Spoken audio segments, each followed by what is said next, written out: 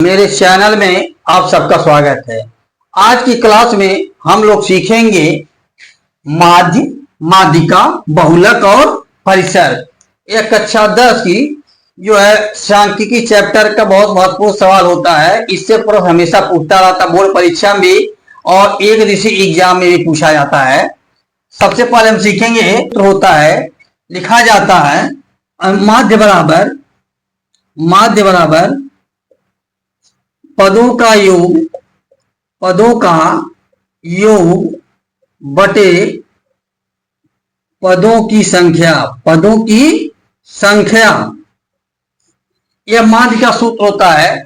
माध्य कहा जाता है मीन, इंग्लिश में इसको कहते हैं मीन, MEAN, मीन। यह मीन कहलाता है। अब पदों का योग, ये जितने पद दिया रहे पेपर में या बुक में, उतने सबको हम क्या करेंगे, आपस में जोड़ लेंगे। जोड़ने के लिए अब इसको इंस्टॉल कर देते हैं। देखिए 3 + 5 + 8 7 + 2 बटे 1 2 3 4 5, तो 5 हो गया। अब जोड़ते हैं 5 3 8 8 8 16 16 2 18 18 और 7 18 2 20 5 25, क्या होता है, ये हो जाता है 25। 25 बटे कितना है 5। अब हम 5 का भाग देते हैं 25 में, आता कितना 5। इसका आंसर कितना हो जाएगा 5, और इसका मीन हो जाएगा 5 माध्य का। अब चलते हैं एक दूसरा सवाल देख लेते इसी पैटर्न पर। यहां सवाल आपको पूरी तरह से समझ में आ जाएगा। चाहे जितना पद दिया हो सबको आपस में जोड़ दीजिए और जितना पदों की संख्या उसे आप भाग दे दीजिए। यह माध्य यानी एक प्रकार का, जैसे आप औसत निकालते हैं, एवरेज निकालते हैं, सेम वही चीज यहां भी है। औसत ही समझिए यह है।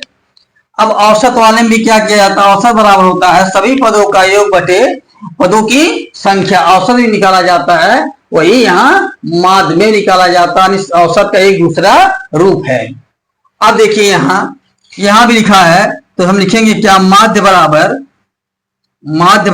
अब हम जो है पदों का योग बटे पदों की संख्या नहीं लिखेंगे। यहाँ कुल पद ही लिख सकते हैं, लेकिन कोई आवश्यकता नहीं है, पदों का योग हो गया।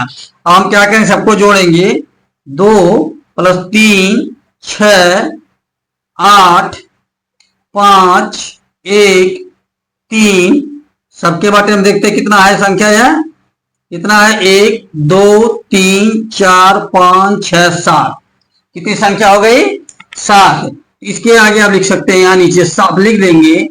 अब जोड़ते हैं 3 2 5 6 5 11 11 और 8 19 19 1 20 20 5 25 और 3 28, क्या हो गया, यहाँ 28 आ गया। अब 28 में 7 का भाग दे रहे हैं। 7 का है 7 7 चौक 28, इसका कितना आ गया माध्य 4। यही हमारा आंसर आ गया। इस तरह से किसी भी संख्या का आप माध्य निकाल सकते हैं। अब इसके बाद देखते हैं माध्यिका। माध्यिका को कहा जाता है अंग्रेजी में मीडियन।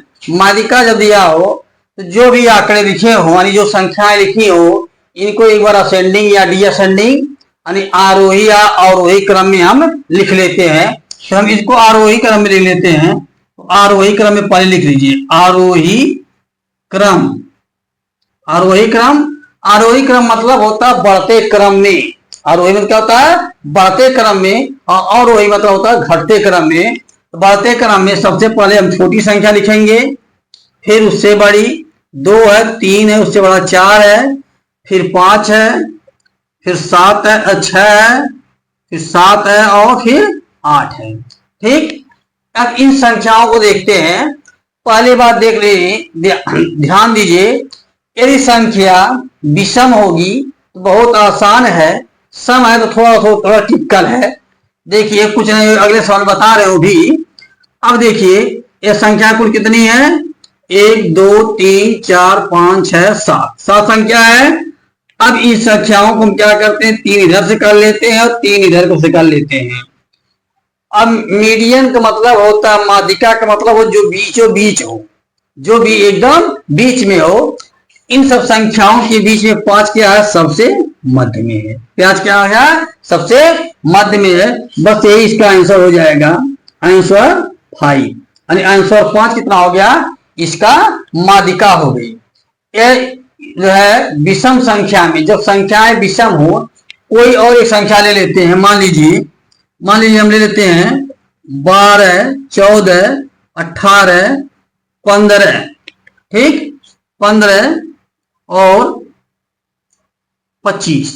चलिए कोई एक संख्या ले लेते हैं। अब देखिए ये भी संख्या क्या है, 1, 2, 3, 4, 5। अन्य संख्या क्या है, विषम संख्या में है। तो विषम संख्या के लिए क्या करेंगे, अब क्योंकि 5 है तो 2 इधर से काट देते हैं, 2 इधर से काट देते हैं, बीच में क्या बचा, 18। ये 18 हमारा क्या हो गया, मीडियन हो गया, मीन, यानी आंसर इसका आ जाएगा 18। ये हो जाएगी माध्यिका। माध्यिका तो इस ट्रिक के माध्यम से लगा सकते हैं, जो कि सांख्यिकी का बहुत महत्वपूर्ण सवाल होता है। अब देखते हैं कुछ जो है ये विषम संख्या थी, अब कुछ सम संख्याओं की माध्यिका निकालना देखते हैं कैसे उसको निकालते हैं। मान लीजिए इसी सवालों पर पहले लिखा गया तो वही लिखे हैं, और एक संख्या यहाँ कोई और हम जोड़ देते हैं, ठीक है। यहाँ में संख्या कोई और जोड़ देते हैं, लास्ट में क्या लिखे, 6 लिखे हैं, 6 लिख देते हैं, या कोई और संख्या लिख देते हैं। मान लीजिए हम 9 लिख देते हैं, यहाँ क्या लिख देते हैं, 9, यहाँ लिख दिए 9, तो यहाँ भी 9 हम लिख देंगे। 9 हो गया।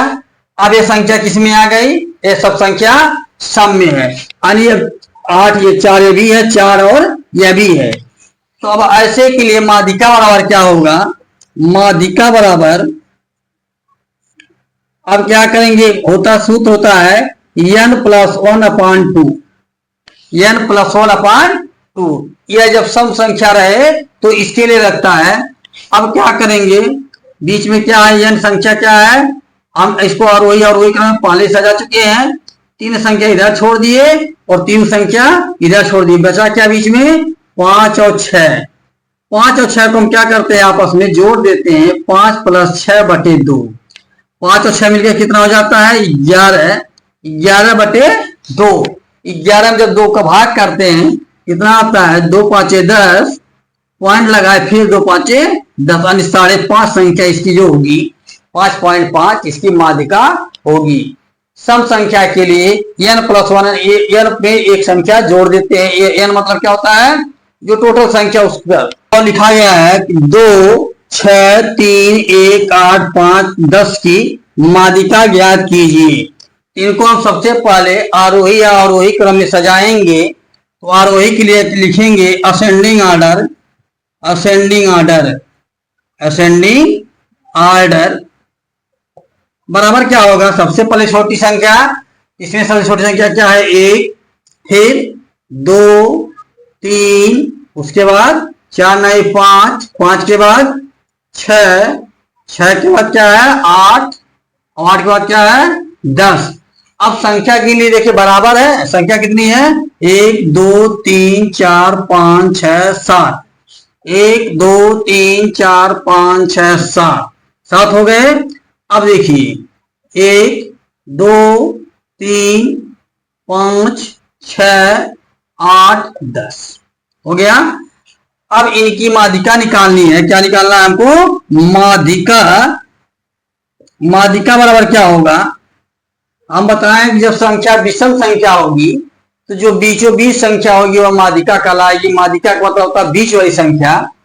अब देखिए इधर से 3 संख्या काट दिए और 3 संख्या इधर से भी काट दिए, क्या बचा, 5। इसका आंसर कितना निकल के आ गया, 5। अब माध्यिका हो गया। अब इसके बाद चलते हैं, देखते हैं बहुलक। देखिए 3, 4, 5, 3, 2, 3, 6, 4, 3 का बहुलक ज्ञात कीजिए। बहुलक का मतलब होता ही है बहुलक। बहुलक का मतलब होता है बहु प्लस लक, बहु प्लस लक। लक मतलब क्या होता है इंग्लिश में, इंग्लिश में होती है, अंग्रेजी में लक मतलब होता है भाग्य। बहुत मतलब बहुत, जिसका बहुत भाग्य साथ दे। अब इन संख्याओं को या तो आप आरोही क्रम में भी लिख सकते हैं, अवरोही क्रम में लिख सकते हैं, अन्यथा आप अपने मन से वैसे भी गिन सकते हैं। इसमें आरोही क्रम में लिख लेते हैं तो बढ़िया है। आरोही क्रम, आरोही क्रम में लिखने के लिए सबसे पहले हम छोटी संख्या उठाएंगे। छोटी संख्या क्या है? 2। हम पहले लिखेंगे 2, फिर 3। 3 क्या बार आया? 1 2 3 4। 3 को हमको 4 बार लिखना है, हो गया। फिर 4 2 बार आया है, 4 2 बार हो गया। 5 1 बार आया है, और 6 कितनी बार आया है? 1 बार आया। कुल संख्या एक बार गिन लीजिए, मिलान कर लीजिए, उसके बाद तब लिखिए। 1 2 3 4 5 6 7 8 9। 1 2 3 4 5 6 7 8 9। सही है, सही। कभी कभी संख्याएं 20 22 23 की संख्या में चली जाती है, जो थोड़ा गिनने में ज्यादा होता है, इसीलिए लिखने से बाद संख्याओं को मिला लेना चाहिए। हमारे क्वेश्चन में कितना संख्या दिया, उतनी संख्या हमारी है कि नहीं है आरोही आरोही क्रम में। अब देखिए सबसे ज्यादा बार कौन संख्या आई इसमें? 3 क्या बार आया हुआ है? 4 बार। और 4 कितने बार आया? मात्र 2 बार आया है। तो सबसे अधिक का संख्या कितनी हो जाएगी? इसका बहुलक हो जाएगा, बहुलक होगा इसका कितना? 3। यानी सबसे अधिक बार कितना आया? 3। जो संख्या सबसे ज्यादा बार आती है उस संख्या का उत्तर हो जाता है, उस संख्या का आंसर हो जाता है। ऐसे कितने भी सवाल हो तो सबको आप एक बार आरोही क्रम में सजा लीजिए, चाहे आरोही क्रम में सजा लीजिए, अन्यथा यदि आप गिन सकते हैं वैसे तो यहाँ गिन लीजिए। यहाँ भी देख सकते हैं 1 2 3 4, यानी 3 सबसे अधिक बार आया वो दिखाई दे रहा है। तो हमारा आंसर क्या होगा? केवल 3 हमारा आंसर हो जाता है। अब चलते देख लेते हैं परिसर। परिसर को 8 9 7 5 3 12 का परिसर बताए। परिसर का मतलब होता है, इसको कहा जाता है इंग्लिश में रेंज। रेंज का मतलब होता है परिसर। परिसर मतलब होता है संख्या का फैलाव का, परिप्लसर। परिसर मतलब यह कहाँ तक संख्या फैली हुई है। परिसर निकालने के लिए क्या करते हैं? रेंज वाला लिखते हैं हम। एक बड़ी संख्या माइनस छोटी संख्या, बड़ी संख्या माइनस छोटी संख्या। क्या लिखेंगे? बड़ी माइनस संख्या छोटी संख्या। तो परिसर बराबर इसका हो जाता है, या रेंज बराबर हो जाता है इसका, परिसर बराबर होगा। अब इसमें हम सबसे बड़ी संख्या ढूंढते कौन सी है? सबसे बड़ी संख्या हमको दिखाई देती है यहाँ 12। यहाँ लिखे 12, फिर माइनस लगाए।